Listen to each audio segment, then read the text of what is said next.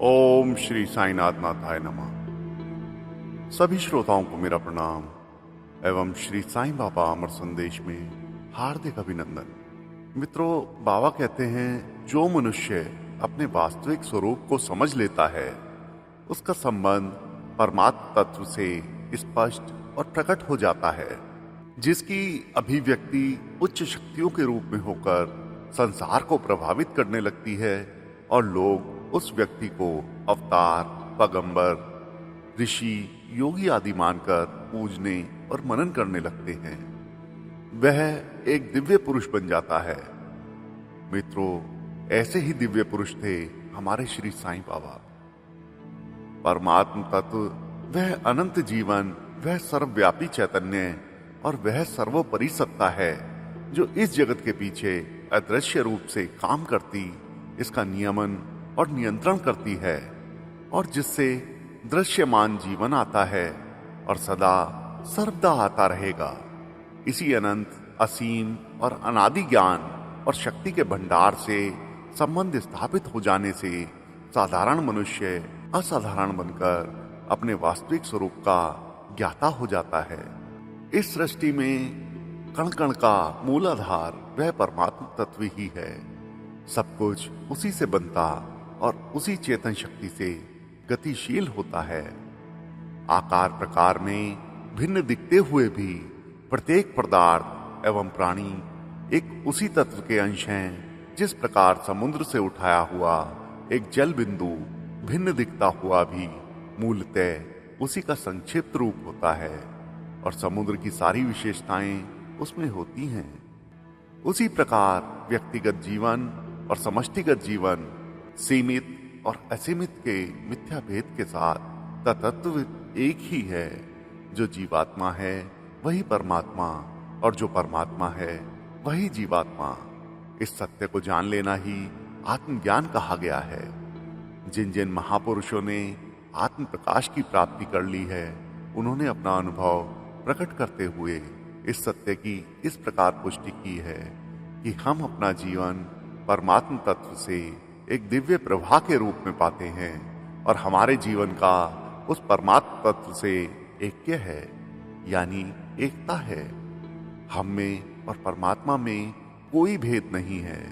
हम और हमारा ईश्वर एक सत्य के ही दो नाम और दो रूप हैं। यही ज्ञान अथवा अनुभव आत्मानुभूति, आत्म प्रतीति अथवा आत्मज्ञान के अर्थ में मानी गई है।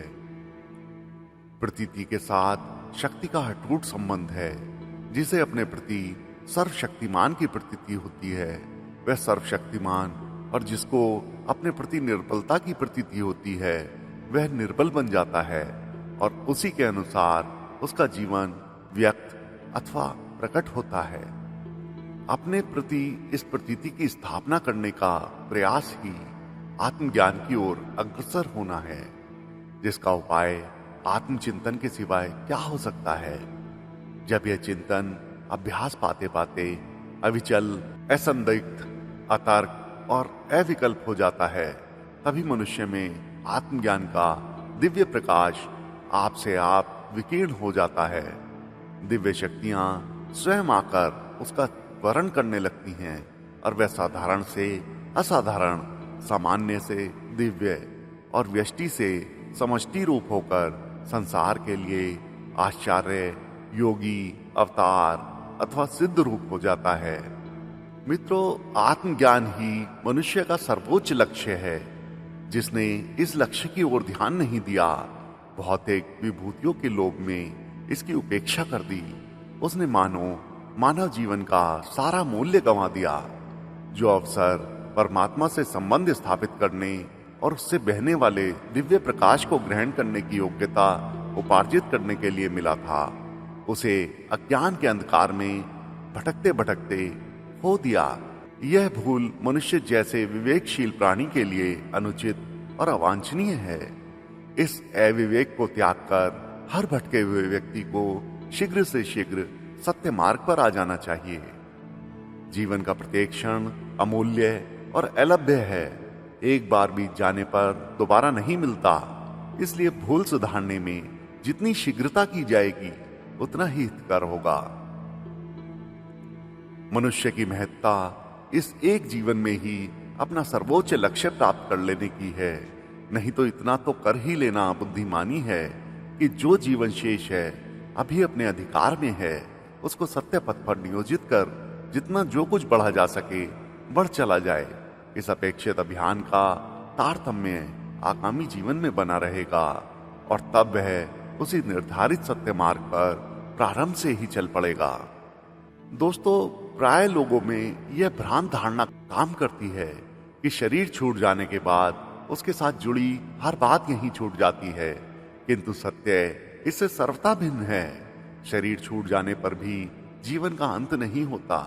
जीवन तो एक अनंत एवं अविच्छिन्न प्रवाह है जो सदा सर्वदा एक तारतम्यता के साथ प्रवाहित होता रहता है।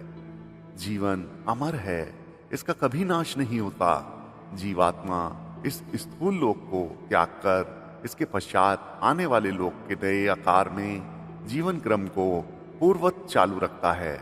जीवात्मा का परमात्मा की ओर अग्रसर होने का यही विधान है। वह कूदकर अथवा छलांग लगाकर पूरे पथ को पार नहीं करता, बल्कि क्रम क्रम से सोपान अनुसोपान पर पैर रखता हुआ ऊपर चढ़ता है। एक जीवन की सारी बातें दूसरे जीवन में उसके साथ यथावत सूक्ष्म संस्कारों के रूप में जाती हैं और अपनी गतिविधियां निर्धारित करती हैं। इसलिए यह सोचना कि अब तो जीवन का बहुत भाग बेकार चला गया, अब हो भी क्या सकता है, ठीक नहीं है। शेष जीवन में जो सत्य प्रयास प्रारंभ कर दिया जाएगा वह भी अपने पूरे परिमाण के साथ आगामी जीवन का प्रारंभ बनेगा। मित्रों, हमारा वर्तमान जीवन वर्तमान की ही वस्तु है, ऐसा मानना समीचीन नहीं। हमारा जीवन पहले भी था और आगे भी रहेगा। जीवन का वास्तविक अस्तित्व अदृश्य जगत में ही रहता है। यही नहीं, संसार की प्रत्येक वस्तु, प्रत्येक पदार्थ जिसे हम देख रहे हैं, देख चुके हैं अथवा आगे देखेंगे, वह आज ही उत्पन्न नहीं हुई है। उसका अस्तित्व पहले से ही सूक्ष्म अथवा अदृश्य जगत में वर्तमान था। मनुष्य का प्रत्यक्ष जीवन स्थूल लोक से प्रारंभ होता दिखता अवश्य है, किंतु वह वस्तुतः पहले से ही चला आता होता है। यह स्थूल शरीर जिसके छूट जाने को हम जीवन का अंत मान लेते हैं, वास्तविक शरीर जिसे सूक्ष्म शरीर कहते हैं, उसका ऊपरी आवरण अथवा कलेवर मात्र है। मित्रों, बाबा कहते हैं मनुष्य का सर्वोच्च लक्ष्य परमात्म तत्व से स्थायी संबंध स्थापित करना है और मनुष्य उस परम प्रवाह की एक अविच्छिन्न तरंग है। यह प्रतीति प्राप्त कर लेना ही आत्मज्ञान माना गया है। इसका एकमात्र उपाय आत्मचिंतन है, जिसे विचार क्रिया भी कह सकते हैं।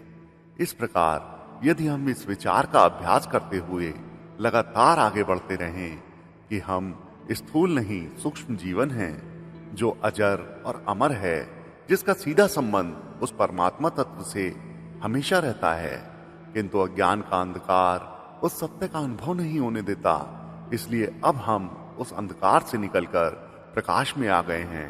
हमारी यह प्रतीति निरंतर बढ़ती जाती है कि हम बिंदु रूप में सिंधु और आत्मा के रूप में परमात्मा ही हैं। तो कोई कारण नहीं कि हम शीघ्र ही अपने सर्वोच्च लक्ष्य को प्राप्त न कर लें। ऐसा विचार आत्मा से ग्रहण करते ही वह सर्वव्यापक परमात्मा तत्व में विलीन हो जाती है। वह अनंत जीवन हमारी ओर आकर्षित होता हुआ हमारे जीवन में और हमारा जीवन बढ़ता हुआ उसमें मिलने लगेगा और तब हमारे बीच के सारे व्यवधान और अवरोध व्यर्थ हो जाएंगे। फिर चाहे वह देहाभिमान हो अथवा मोह अंधकार, सब कुछ नष्ट हो जाएगा और यह आत्मा परमात्मा में लीन हो जाएगी। तो मित्रों, आज के श्री साईं बाबा अमर संदेश में बस इतना ही। बाबा सबका भला करें। ओम साईं राम।